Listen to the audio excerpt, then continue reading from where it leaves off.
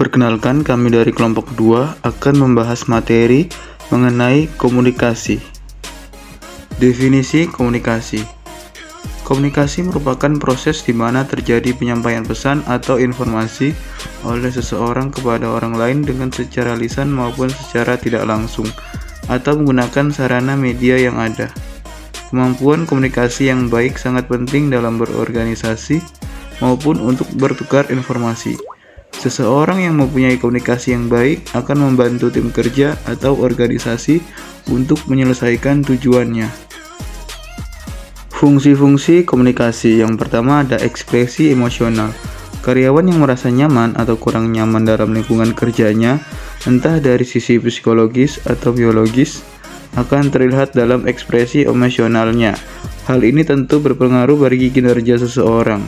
Ekspresi emosional juga bisa terpengaruh dari suasana hati seseorang sehingga akan terlihat mengalami stres kerja.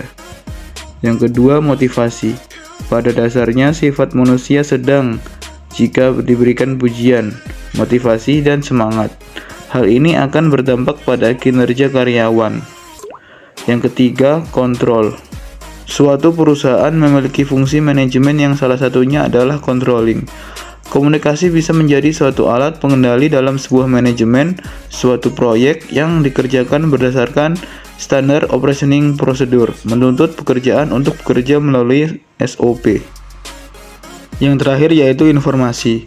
Fungsi komunikasi tersebut sangat penting bagi perusahaan.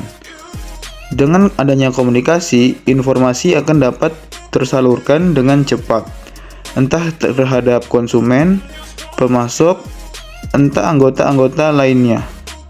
Informasi juga sangat penting sebagai perihal pengumuman dalam perusahaan untuk menyampaikan hal-hal apa saja yang akan diumumkan.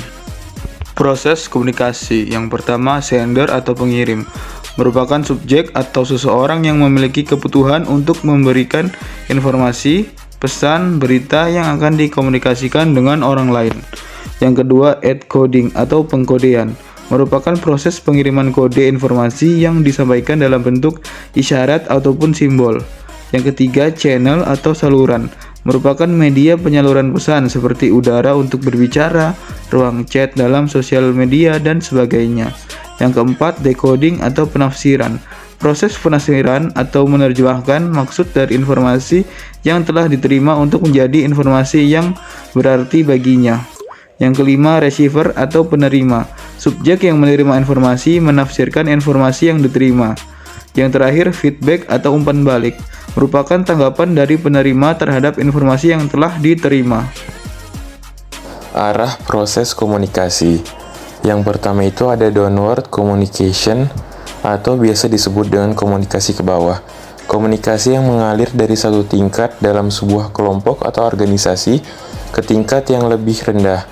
Komunikasi semacam ini biasanya terjadi secara hierarki dalam sebuah organisasi perusahaan, seperti pemimpin kepada karyawan. Yang kedua ada upward communication atau komunikasi ke atas. Kebalikan dari downward communication, komunikasi yang mengalir ke tingkat yang lebih tinggi dalam kelompok atau organisasi. Positifnya, komunikasi ini mempermudah karyawan untuk memberikan feedback dan memberikan ide-ide untuk kemajuan organisasi. Akan tetapi, negatifnya yaitu pemimpin atau manajer akan sulit mengontrol jalannya tujuan organisasi dan akan mengganggu. Yang selanjutnya adalah lateral communication atau komunikasi lateral. Komunikasi yang terjadi dalam sebuah kelompok kerja yang sama, pada tingkatan yang sama atau horizontal. Kelebihannya yaitu komunikasi yang efektif dalam mencapai sebuah tujuan tertentu.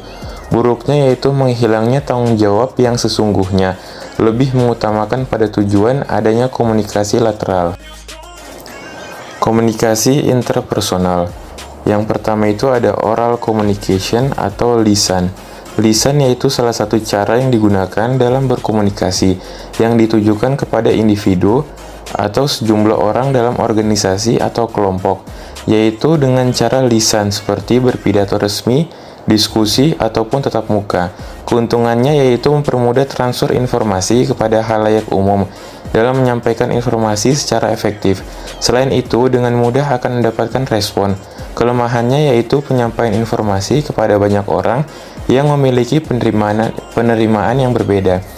Yang kedua ada written communication, komunikasi yang dilakukan secara tertulis seperti memo, surat, fax, email, dan pesan singkat.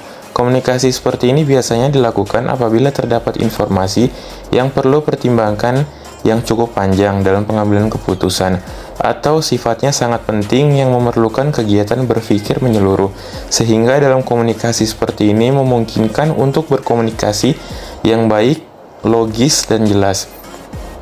Yang terakhir, nonverbal communication, komunikasi yang terjadi secara lisan maupun tidak yang terjadi secara tersirat. Komunikasi yang terjadi meliputi gerakan tubuh, intonasi kata, ekspresi wajah, jarak fisik, antara pengirim informasi dengan penerima informasi. Komunikasi persuasif, yaitu komunikasi yang bertujuan untuk mengubah atau mempengaruhi kepercayaan, sikap, dan perilaku seseorang, sehingga bertindak sesuai dengan apa yang diharapkan oleh komunikator. Pengolahan audiens terhadap pesan persuasif.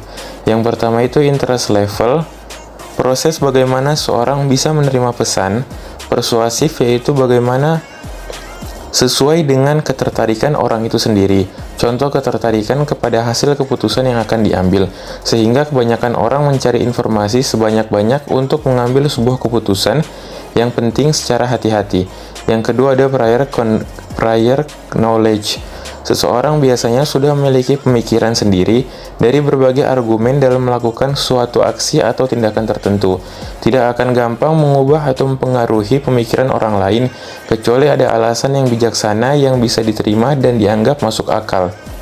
Di sisi lain, orang yang kurang informasi tentang topik gampang dengan mudah berubah pikiran, bahkan di dalam argumen yang kurang akurat sekalipun. Yang ketiga ada personality. Ada dua jenis kepribadian orang, yaitu kebutuhan lebih akan kognisi dan rendahnya kebutuhan akan kognisi. Tinggi kebutuhan akan kognisi hanya membutuhkan bukti dan fakta-fakta, sedangkan yang kurang kebutuhannya akan kognisi lebih cenderung menggunakan proses otomatis, mengandalkan intuisi dan memadu evaluasi mereka dengan maksud pesan persuasif. Dan yang terakhir ada message karakteristik. Kebanyakan pesan yang dibuat relatif ramping, sehingga penyampaian isi pesan kurang dapat dipahami, sehingga kebanyakan orang gampang terpengaruh dengan iklan-iklan yang menjanjikan memberi manfaat bagi mereka. Hambatan komunikasi efektif. Yang pertama itu penyaringan. Dalam proses penyaring informasi ini, pengirim pesan dengan sengaja menyaring dan menyeleksi informasi, sehingga penerima hanya menerima pesan yang baik dan bagus saja. Sebagai contoh, seorang manajer yang melaporkan informasi kepada bosnya berupa informasi yang baik-baik saja, merupakan bentuk penyaringan informasi, karena tidak semua informasi yang disampaikan. Yang kedua, persepsi penyeleksian. Persepsi penyeleksian menyebabkan seseorang melakukan komunikasi berdasarkan apa yang menjadi kebutuhan,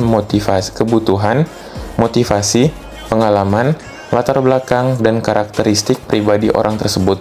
Sebagai contoh, seorang pewawancara yang mengharapkan karyawan wanita untuk melamar akan lebih cenderung positif dan antusias saat ada pelamar kerja wanita dibandingkan pelamar kerja pria. Yang ketiga, kelebihan informasi. Setiap individu punya kapasitas terbatas untuk memproses data. Ketika informasi yang diterima melebihi kapasitas kita dalam menerima, maka terjadilah kelebihan informasi. Contohnya, seorang karyawan yang menerima informasi terlalu banyak dari bosnya akan menyebabkan karyawan tersebut menjadi stres dan terbeban dengan banyak informasi yang diperoleh, sehingga menghambat feedback dari karyawan tersebut. Yang keempat, emosi. Seseorang dapat menerjemahkan pesan yang sama dengan berbeda saat pesan tersebut disampaikan dalam kondisi marah dan kondisi bahagia. Contohnya, seorang anak yang dinasihati orang tuanya dengan kasih sayang dan penuh canda akan memiliki respon yang berbeda dengan anak yang dinasihati orang tuanya dengan penuh amarah dan bentakan. Yang kelima, bahasa.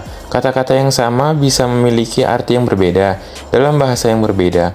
Bahkan dalam bahasa yang sama pun, setiap orang bisa memiliki pengertian yang berbeda satu sama lain. Usia dan konteks kejadian menjadi dua faktor yang berpengaruh besar terhadap perbedaan tersebut. Contohnya, dalam bahasa Medan, tulang berarti paman, sedangkan dalam bahasa Indonesia, tulang artinya tulang.